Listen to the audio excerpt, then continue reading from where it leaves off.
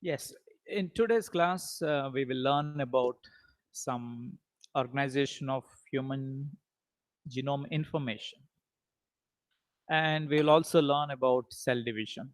So, how genetic information is changing or kind of replicating itself over that period of time. So, the first, we will just go for reviewing what we have learned in the last class. And I hope you remember we had a discussion about several types of some phrases, something like gene density and so on. And what we have noticed in that while learning it is with increased complexity, we noticed that there is increase in genome size, but decrease in gene density. Gene density decreases with increase in complexity. And we also learned about several things, how the expansion is happening. As you can see here, with increased complexity is increasing from E. coli to human or other higher organisms or organisms that we know of. Something like introns is one problem, and then you have repeated sequences that we will learn today. What are they, and so on. We also described about what is meant by intergenic sequences, right? We have a gene here and another gene here, and there is a lot of space between genes, and that falls under intergenetic sequences. And if you look at RNA polymerase, and the size of RNA polymerase in different organisms has kept on increasing. And what was just some kb of size that has become so big in E. coli, in humans. That's mostly because of intergenic introns and then also repeated sequences. We also described briefly about the RNA splicing. These are genes in eukaryotes are split into different parts, something like exons. Those are the ones that will finally code for a protein. And whereas the intervening sequences are called as the introns. At the level of mRNA, when mRNA is produced, upon transcription, it produces primary mRNA or primary RNA transcript, which is then spliced. Again, I want you to remind what is splicing? Splicing of exons.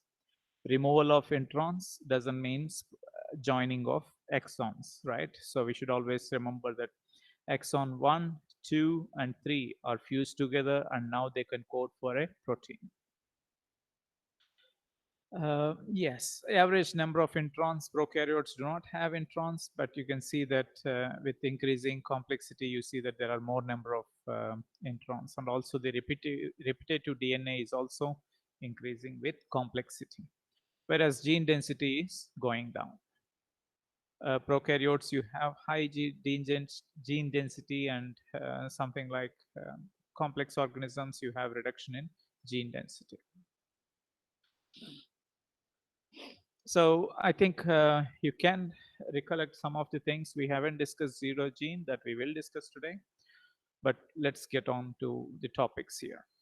First thing, we will just take an example of human genome. It is about 3200 MB. 1000 base pairs is equal to 1 kb, and 1000 kb is equal to 1 MB. Okay, so that means it's about 3200 into how many bases would that be? Something like that. That is the amount of base pairs that we have in our genome. That's a huge number. So not all of it is actually useful. So you can categorize the whole genome into two sections. One is the sequences that are present within the genes and between the genes, right? This is the intergenic region. That is what we are going to associate this region. Okay, intergenic sequence is this, and the other regions are you can have the genes itself, right? genes, and then there are some promoter regions, regulatory regions, and so on.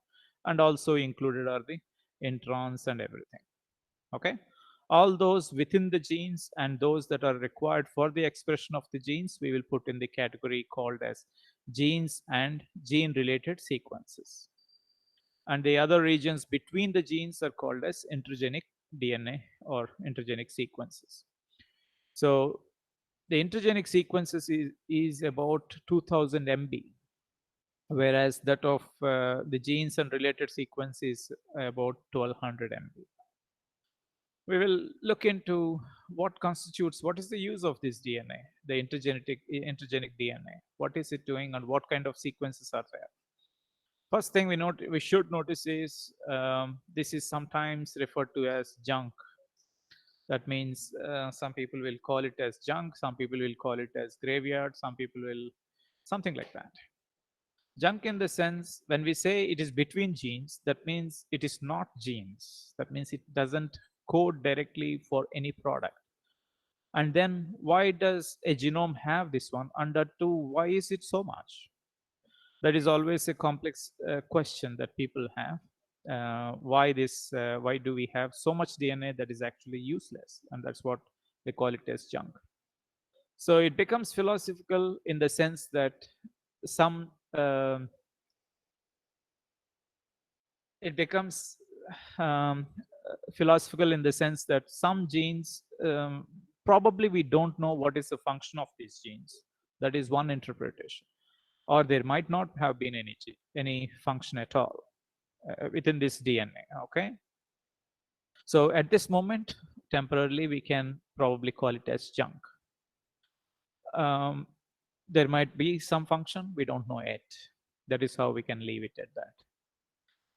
So some sequences are repeats in the sense that you can say genome wide repeats. You have same sequence, repeated sequence in several parts, that is up to 1400 MB. And there are other intergenic sequences which are about which constitutes again unique DNA, something like miRNAs and so on. Okay, so if these miRNAs and others supposedly are functional, with more and more research, there are RNAs more implicated in several other functions, including epigenetics, which we will see when we get to those lessons. And there are microsatellites, which we will have a look at it today. Some description will be given about it. And then I want you to also appreciate the part of the these sequences, the genes that are genes and genes related sequences, 1200 MB. So genes themselves constitute around 48 MB, and then you have gene related sequences that is about 1100 MB. That's huge. So there are introns, as we saw, as I was describing you here. These are introns, and then there could be gene fragments where they might have been mutated, broken, and so on. And there could be pseudogenes. We will learn about pseudogenes in the next two slides. But what I want you to appreciate is the point of you can try to see how much is actually coding for any proteins or useful functions. Let's say here it is given as 42 MB. This is, sorry, 48 MB, right? We will just say it is 50 MB. Out of how much? It's about 3200 MB. That is the only useful part. I mean, assuming something like that. At least you can see what percent would that make. It would be, you should probably quickly, sorry, you should do that. I think it comes to around 2% or something. If we are at least if giving the benefit of doubt to some sequence that we don't know the function yet, we can say that at least 80% of the sequences are not useful. And that's actually, or we don't know of it. That's how we should put it. Okay, we will see some of the sequences today, and then we'll get ahead. So the first thing is about the intergenic sequences. In intergenic sequences, there are usually, you can have some of the mutated genes, pseudogenes, uh, yeah, random mutagenesis, and so on. One second, I think I might have misplaced the top title, right? Yeah.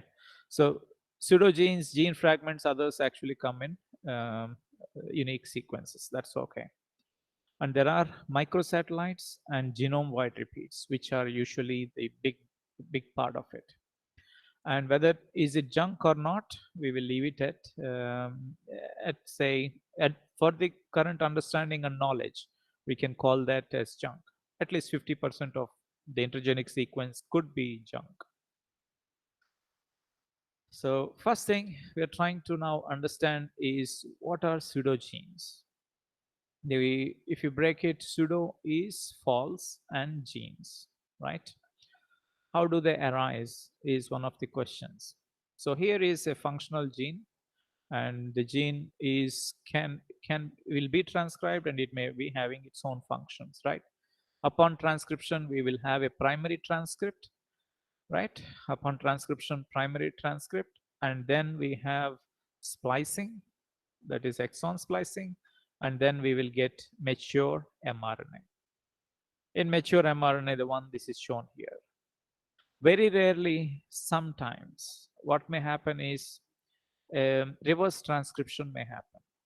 What is transcription? From formation of RNA using DNA as template. That is transcription. What is reverse transcription? Formation of DNA using RNA template. So because there are some reverse transcriptases, most of them are viral in origin, viruses, and sometimes these mRNAs, the mature mRNAs, may be reverse transcribed to form a DNA. And sometimes what may happen is that reverse transcribed DNA may get integrated into the genome, right? This is the actual functional gene, which which has originated in the formation of mRNA that was reverse transcribed and reintegrated into some other location, and that's called as the pseudogene. So these are rare events, but over generations, many of them do get accumulated in the genome.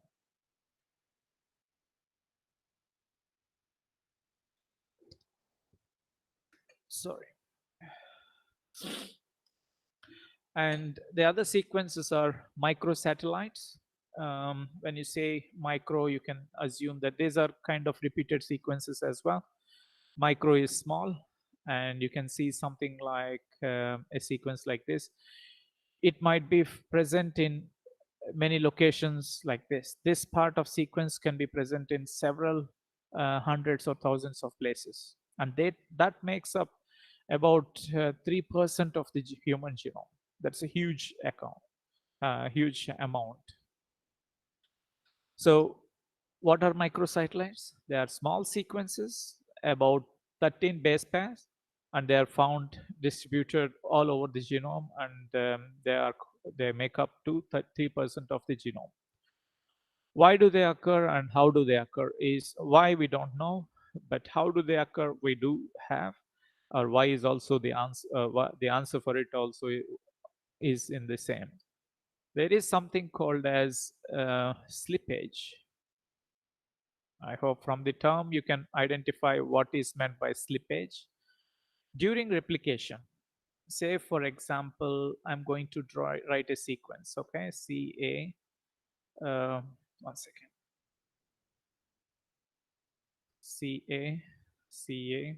I will just write this sequence and assume that is the template. And I'm going to now write the primer that is there. Okay, sorry. I'll put this as 3' and this as 5'. The primer is going to be GT, GT, and GT. Assume that DNA polymerase is somewhere around here and it is adding more and more bases. Say for some reason, okay, assume we will also go a little more GT and GT. Say for some reason the primer and template, the red one is the template and the primer is the top strand. Suppose they separated, I mean temporarily, or at this end they have separated. What would happen in that case? We'll just see what would happen. 1 second. Let me see if I can pick all these. Say they have separated. Okay, A didn't carry over. Okay. Now the question what I'm trying to put here is this: how should the base pairing, if renaturation between these two has occurred, how should it be? Ideally, base pairing again as usual as was shown before. If it occurred that way, it's fantastic. But sometimes what may happen is the base pairing could be, if you allow me, I will do something else just for understanding's sake. Okay, we'll put it like this. So I'm talking about these now, and base pairing, how could it occur? GT, and I have GT. Now there is a loop here, GT, GT, and GT. What did I do here?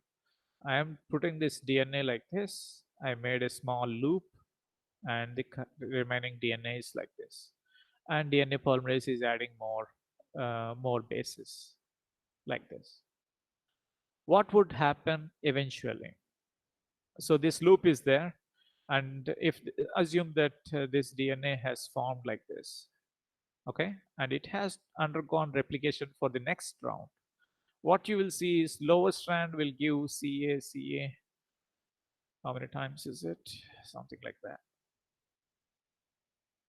Or what I will put it is simple like this: the the top strand will give rise to a longer DNA. Is that right? Because it has additional bases here.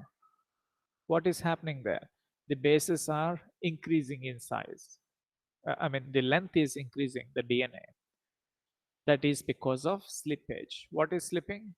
Either the primer, here the primer has slipped and bound to somewhere around here, because of which you have an additional DNA added when we go for next rounds of replication. There is also a possibility like this. Say, for example, some of the bases have moved off like this. Don't worry if you're having an issue. We will discuss again later.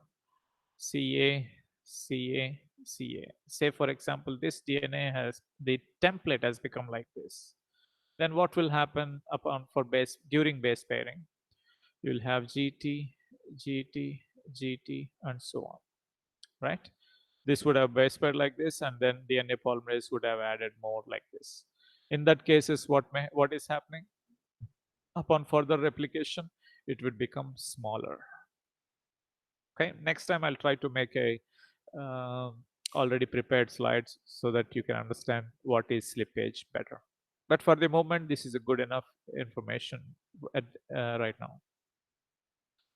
There are also other sequences called as genome-wide repeats. You have, these are longer in number. That means they are above 100 base pairs, and some can be above 1 kb, and they are also including transposable elements. We have a special topic on transposons. I hope you know it.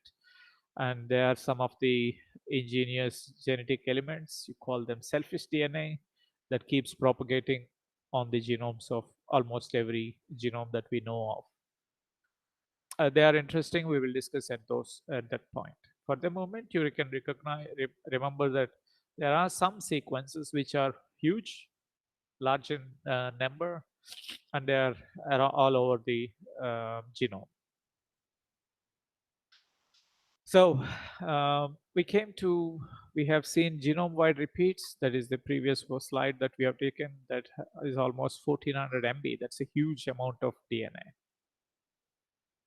Now I hope we will discuss more about the genes itself as we progress when we read about transcription, translation, and so on. All these sequences will come in the remaining part of our syllabus. We might not be studying much about these sequences unless special cases may come. So we need to now discuss about chromosome duplication and segregation, right? How does chromosome multiply? Because we have a cell, and that cell, say, as in our case, it has 46 chromosomes, and it has to give rise to two different cells, and each of them should have 46 chromosomes. How can this be accomplished? And that is what the focus of the remaining part of our lecture today.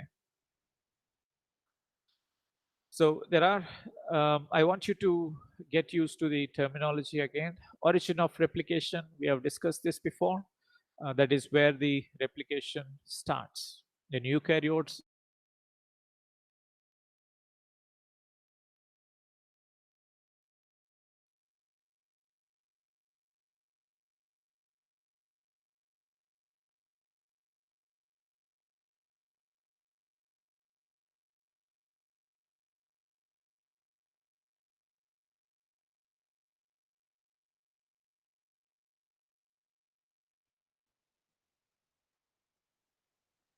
are you able to hear me?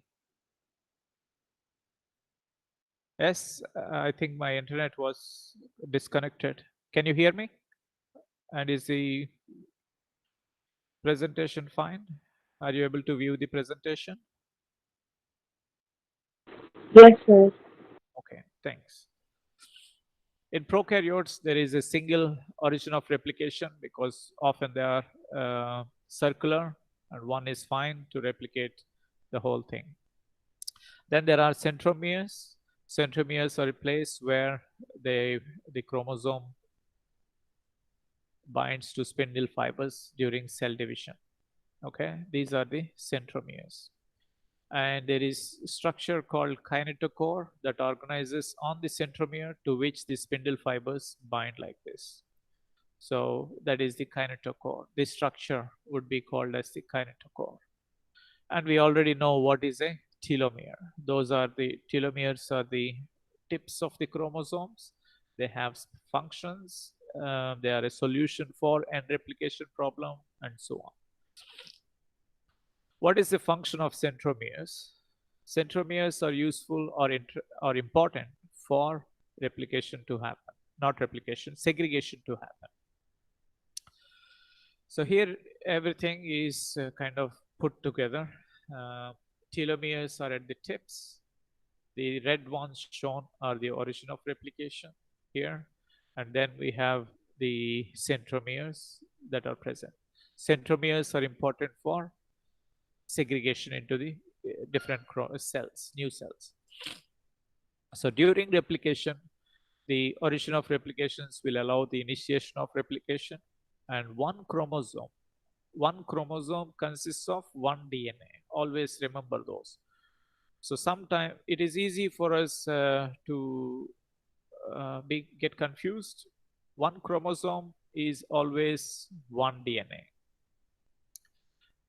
And sometimes after replication you have a different name together. So right now what is representing here is one chromosome. That means it's one DNA which has two strands, two complementary strands, right?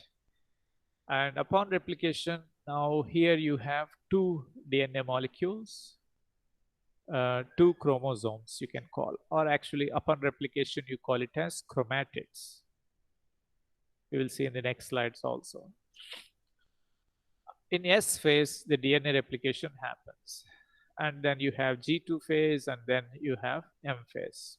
During M phase, the chromosomes become shorter, or they not shorter, they are compacted, and then they will be on the centromere. This is the centromere. Kinetochore will form, and to which the spindle fibers are attached, something like this. And then these two chromatids are separated. forming one going to each cell, the daughter cells, new daughter cells that are here. Okay. These we will go into detail now. I hope you can remember that. Origin of replication, and then formation of sister chromatids, and then we have kinetochore organization, mitotic spindle, and then segregation of chromosomes into the two daughter cells.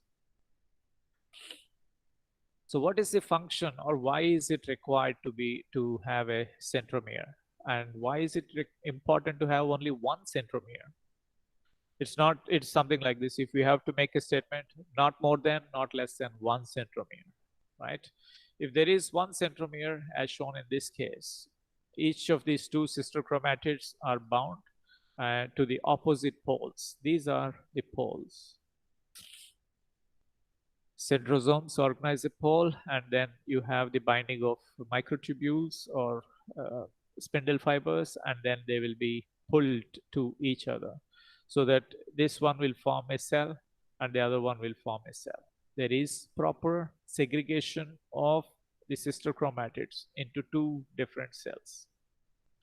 If there is no centromere, then there is no way that kinetochore would form, and there is no way that spindle fiber would be bound to it, and then it will become a random thing. Either both will go into one of the daughter cells, or they might go into one here or one here. It is 50-50 chance.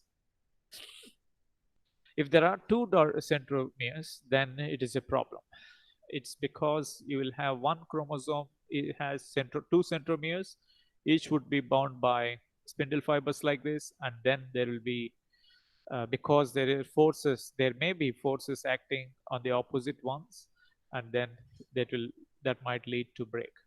Say if it is from this pole and they both are attached to this one, then it is not a problem. But the problem would arise if the spindle fiber from this pole is attached to that one of it, and the other one is attached to this. That is when the breakage would happen here, and then both the daughter cells would die, which because would not have received enough genetic information, because partial genetic information is not good. The same is the case here, where if they get less than or more than both the copies, it's a problem. If a cell didn't get any copies, also it is a problem. Okay. The centromere itself, it could be complex. In Saccharomyces cerevisiae or yeast, it is just a small 125 base pairs in length, whereas in Saccharomyces pombe, highly related, but it could be up to 100 kb. And in Drosophila, it is approximately about 400 kb, and in humans it is about it could range from. Why are we saying range? In one chromosome the size could be different, in a different chromosome the size could be different. So if we have chromosome 1 of humans and chromosome 2, say random approximately, the sizes of centromeres could be different, and that's why a range is given.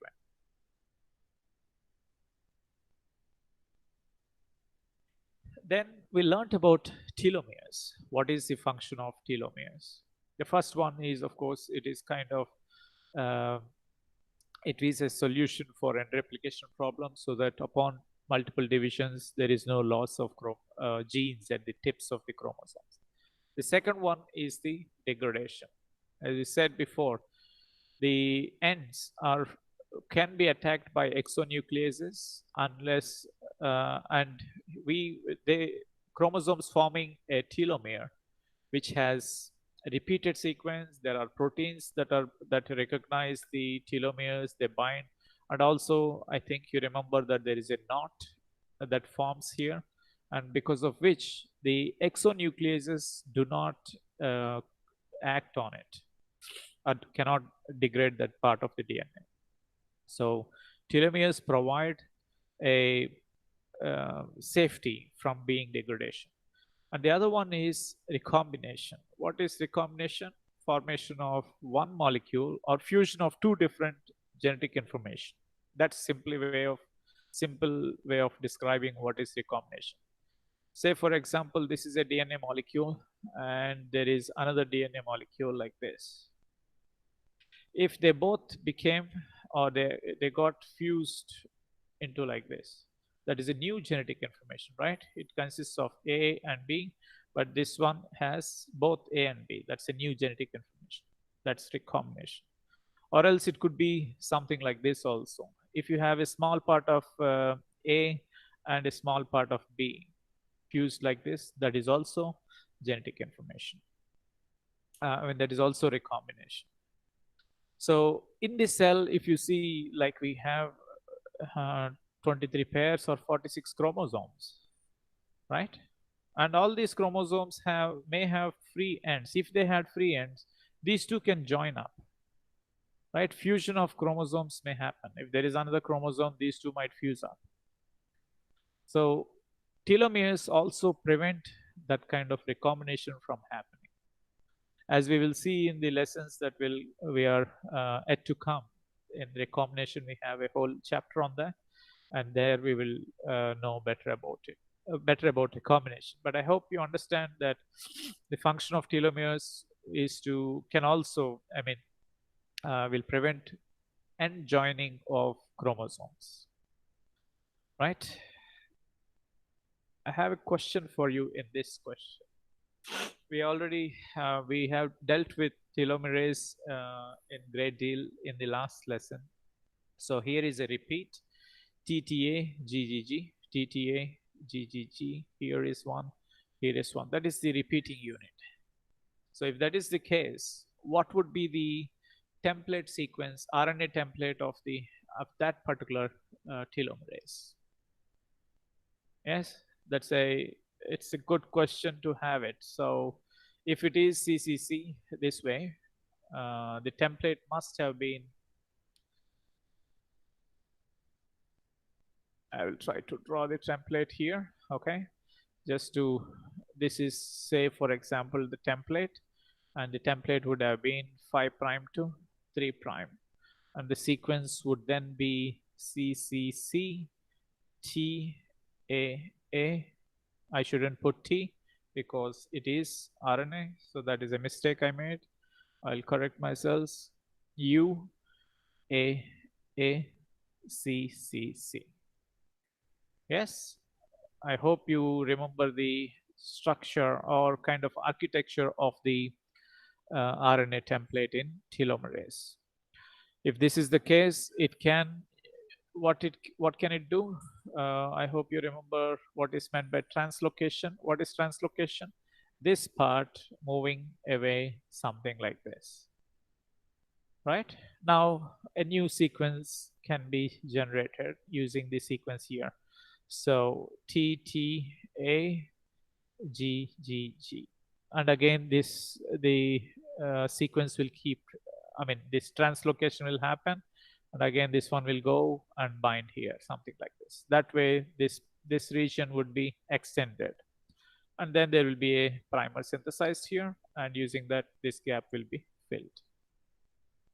Okay, I hope you understand the structure of this. Always the template will have a some kind of structure like this, architecture, that's what I should say. Genetic architecture would be a good word for that. So chromosomes and cell division is a complex one, but you have read it in cell biology in the previous semester, and also you must have read it in first year. And we should probably start with appreciating the difficulties of cell division itself in the light of chromosomes. That's what our focus is. This chapter is about genes, DNA, and chromosomes. First thing is, there are too many chromosomes. What is that we want? Every cell division is about this, right? You have one cell, it should give rise to two identical cells. If this has 46 chromosomes, all of them should get, both the daughter cells should get 46 chromosomes. More or less is a problem. Fragments, problem, right? So that is the objective of cell division. The problems associated are that the chromosomes are numerous, especially in something like humans, you have 46 chromosomes. And how can you make those things? Second thing is they are extended, means chromosomes are usually like this. They are not simple, sturdy structures like this. Only during cell division they become like this, during metaphase. But otherwise they are like this. Say, for example, what I have drawn in blue is one chromosome. There could be another chromosome somewhere like this, and some other chromosome like this. They are extended and they are spread out. How can you make it? How can you multiply it? And how can you segregate it? That's the question. The answer is simple now, because we already know that during metaphase, the chromosomes will form something like this. Their shape will change, or they will become more compact and separated from each other so that they can be segregated effectively during cell division. Okay. How is this feat accomplished? And that's a kind of wonder again. Uh, I I want you to almost recollect the um, cell cycle all the time. Remember that it's important. What kind of events are there and what happens. I'm not too particular about the every term, packeting, and all those things, but the logic should be correct. Okay. So in prokaryotes, um, you have replication and cell division, right? Both happen at the same time, in the sense cell keeps dividing, this replication will be happening, division will be happening. Why we may say that way is in eukaryotes everything is in very organized, in the sense there is a time when the replication happens, there is a time when the mitosis or cell division occurs, right? They are highly coordinated. This captures the essence of what we are going to learn and what we are actually discussing. And I hope you remember what are checkpoints. I briefly mentioned it in the last class. So it is something, here we are, G phase, where there is a DNA molecule representing, say, one chromosome, and or it is actually diploid, so you should have two copies, but for the reason we'll just take it like this. In S phase, you will have replication. DNA replication happens. This S is for synthesis, that is DNA synthesis. The second one, the next phase is G2, gap2, which is the primary function is to prepare for cell division. There is also one more thing, to ensure that everything has been synthesized properly. And then it is also to ensure, to prepare for mitosis. Then in mitosis or meiosis, whatever the case may be, the chromosomes will be segregated appropriately to the daughter cells. And then here we have a daughter cell, and here is another daughter cell, right? And G1 will ensure that mitosis is complete, a cell is fine, and it will start preparing for S phase.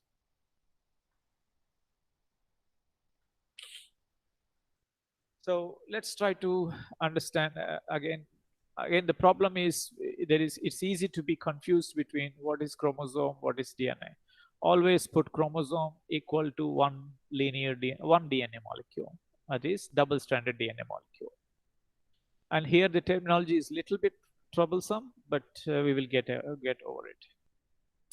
Here is a DNA molecule, and with the origin of replication, the DNA becomes two DNA molecules, right? It's becoming during S phase, and here are two DNA molecules. This is one DNA molecule, and this is second DNA molecule. Okay. These two DNA molecules, I'll call it as DNA A and DNA molecule B, both are double stranded and they are held together by a protein called as cohesin. Cohesive means keeping attracted, or so the protein is cohesin. These two are generated from the same DNA molecule, isn't it? This is the molecule from which chromosome A and B are produced. They are referred to as sister chromatids. So, right after replication, when they are still attached together, then this is one chromatid and the other one is another chromatid. Okay, but they are, when you see in metaphase, what you see in metaphase is actually has two DNA molecules like that because it has undergone replication, right? It will be something like this, attached together at centromere, and you also have cohesin molecules coating, keeping these two proteins together, two DNA molecules together, and they are sister chromatids. Okay.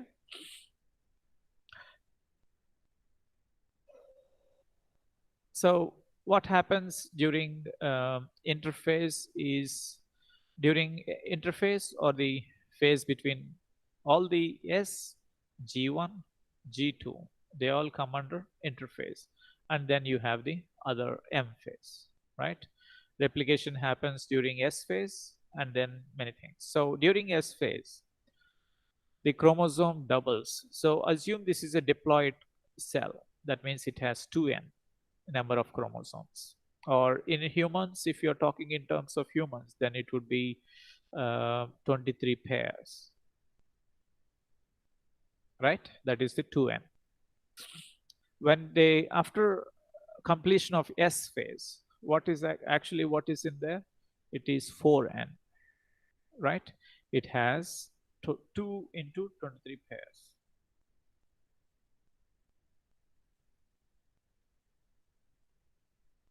Okay, and during M phase, each of these chromosomes that are duplicated are still bound around the green thing that is shown, protein that is cohesin, and chromosomes are organized on this plate like this, cell plate, metaphase plate, you can tell, and then the chromosomes, spindle fibers are attached to the kinetochores like this on the from the opposite poles, and then they are pulled during anaphase.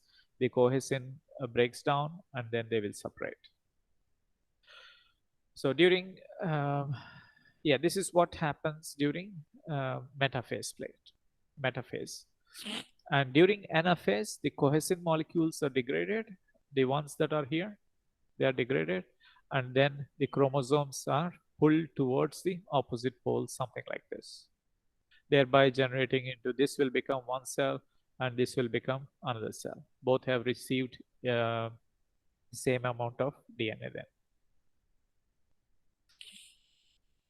So there are many more details that we will not, we don't have to remember all of these. But what happens to the DNA is what is our goal and what we should remember. For the moment, for this part, I would want you to remember cohesin. What is the function of cohesin? It is to keep the two sister chromatids. What are sister chromatids? The chromatids that are formed out of one DNA molecule, right? The two new DNA molecules formed from the same DNA molecule.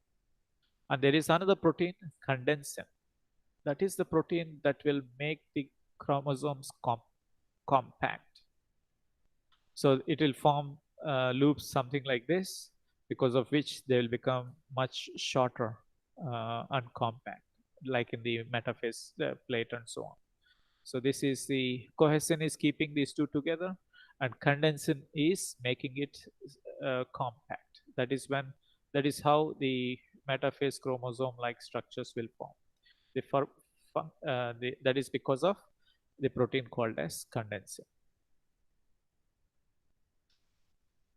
Okay, I will take up mitosis and I'll stop.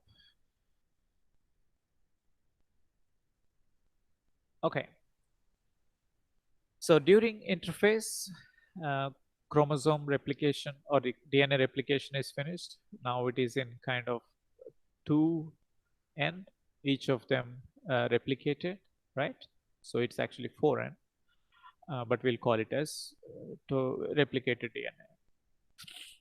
And in prophase, the centromere microtubules start forming, and the centromeres will organize, or microtubule organizing centers form at the opposite poles, something like shown here. And then during metaphase, the spindle fibers will start attaching to the kinetochores that are organized on top of the centromeres. The kinetochores have, so there is something called as monovalent attachment and bivalent attachment. If a chromosome structure shown like this is bound, I will try to zoom it if you can see.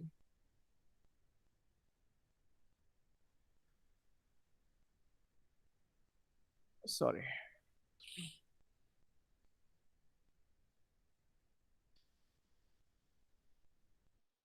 So the difference between this chromosome or this pair and this pair is that this, in this chromosome, the orange one is attached to only the micro spindle fibers arising from this centrosome or the pole, right? It is attached only this to this side and not none to this side. That's called as monovalent attachment.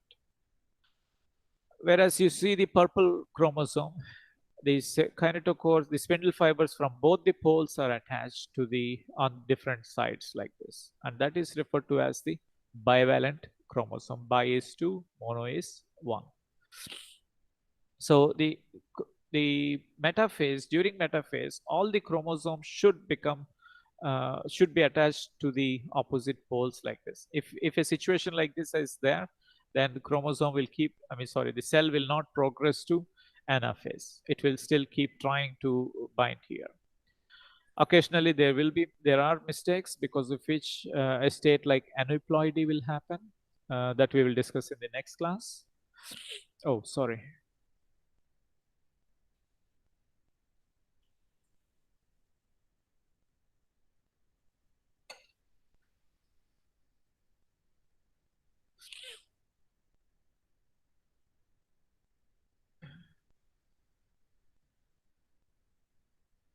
Just wait. Yeah.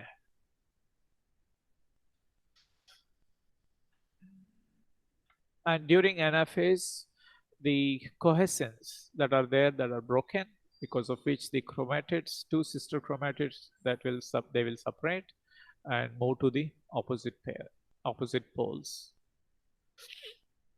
Okay, that's with anaphase. During telophase, the nuclear membrane reforms, and then the cell division continues.